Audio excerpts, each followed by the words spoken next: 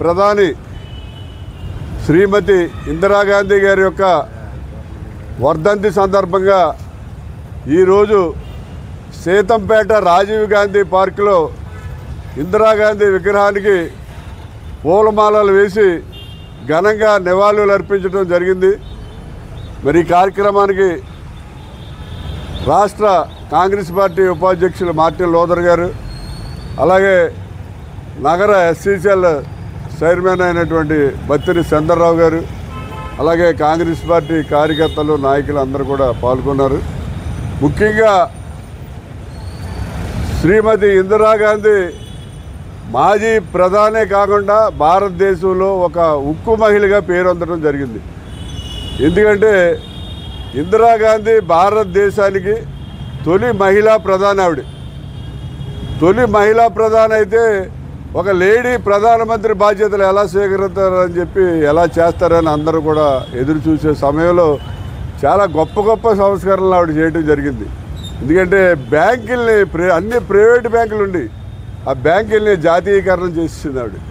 అలాగే రాజభరణాలు, రాజులని ఇంకా మేసం మెలితిప్పి తొడగొట్టేవారు. ఇంకా మేము రాజులు ఆ రాజభరణాలు అన్నీ రద్దు చేసి అన్నీ కూడా భారత ప్రభుత్వంలో ఆవిడ కలపడం జరిగింది. అలాగే గ్రామీణ ప్రాంతంలో ఉన్నటువంటి పేదలకే ఉపాధి అవకాశాలు కల్పించాలని చెప్పి గ్రామీణ ఉపాధి పథకం అని చెప్పి ఆవిడ పెట్టడం జరిగింది. అంటే ఎవరు కూడా ఆకలితో ఉండకూడదని ఆవిడ ఉద్దేశం. అంతేకాకుండా 20 సూత్రాల పథకాన్ని పెట్టి పంచసూత్ర ప్రణాళిక అని చెప్పి మరి 5 సంవత్సరాలకు ఒకసారి రివిజన్ చేస్తూ 20 సూత్రాలని చాలా గొప్పగా ఆవిడ ప్రవేశపెట్టి అన్నీ చేయటం జరిగింది. మరి ప్రపంచం అంతా కూడా ఆశ్చర్యపోయేలాగా పరిపాలన సాగించింది. మరి ఇందిరాగాంధీ అంటే ఒక ఉక్కు మహిళ అని చెప్పి ప్రపంచం అంతా కూడా కొనియాడారు. అటువంటి ఇందిరాగాంధీ మరి భారతదేశంలో లేకపోవడం అనేది చాలా బాధాకరమైనప్పటికీ కూడా మరి ఆవిడ పరిపాలించిన పరిపాలన ఈవేళకి కూడా ప్రజలందరూ కూడా గుర్తుపెట్టుకుంటున్నారు. అలాగే మన రాష్ట్రానికి వచ్చినట్లయితే మరి రాజశేఖర రెడ్డి గారు కూడా మంచి వ్యక్తి, బాగా మంచి పథకాలు ప్రజలకు ఇచ్చారని చెప్పి ప్రజలందరూ కూడా ఆయన్ని కూడా కొనియాడటం జరిగింది. కానీ ఈ జగన్మోహన్ రెడ్డి వచ్చాక రాజశేఖర రెడ్డి సగం పథకాలకి తూట్లు పొడి చేసి నాశనం చేశాడు. ఆ మిగతా సగం పథకాలని కూడా ఈ చంద్రబాబు నాయుడు వచ్చిన తర్వాత వాటికి మిగతా పథకాలకి తూట్లు పొడిచి అతను నాశనం చేసాడు. ఈవేళ మరి రాజశేఖర రెడ్డి గారు ప్రవేశపెట్టిన పథకాలు ఏదైతే ఉచిత విద్య కానివ్వండి, ఆరోగ్యశ్రీ కానివ్వండి, 108 కానివ్వండి, ఉచిత కరెంట్ ఇలా ఎన్నో పథకాలు ఆయన ప్రవేశపెట్టాడు. ఆ పథకాలన్నీ కూడా మళ్ళీ తిరిగి పునర్జీవం పోసుకోవాలంటే, మళ్ళీ ఇందిరాగాంధీ తిరిగి వచ్చిందని మీరందరూ కూడా అనుకోవాలంటే ఈ రాష్ట్ర ప్రజలందరినీ నేను కోరేది ఒకటే, మీరు వైఎస్ షర్మిలమ్మని ఈ రాష్ట్రానికి ముఖ్యమంత్రి చేయండి.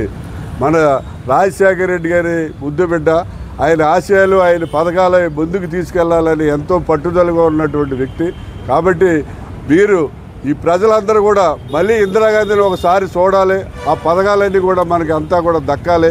మళ్ళీ ఒక ఉక్కు మహిళలు మనకి ఆంధ్రప్రదేశ్కి కావాలనుకుంటే మరి వైఎస్ షర్మిల గారికి మీరందరూ కూడా సపోర్ట్ చేసి రాబోయే ఎన్నికల్లో వైఎస్ షర్మిలని ఈ రాష్ట్రానికి ముఖ్యమంత్రి చేయాలని చెప్పి కోరుతున్నాం.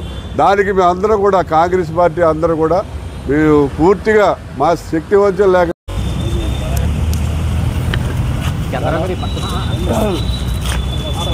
మనల్ని కూడా వచ్చండి పక్కే సురేష్ ఆ పక్కన ఇద్దరు సతీష్ నువ్వు కూడా వచ్చి తీయక్కలేదు ఆడు వేస్తుండగా ఈ పక్కన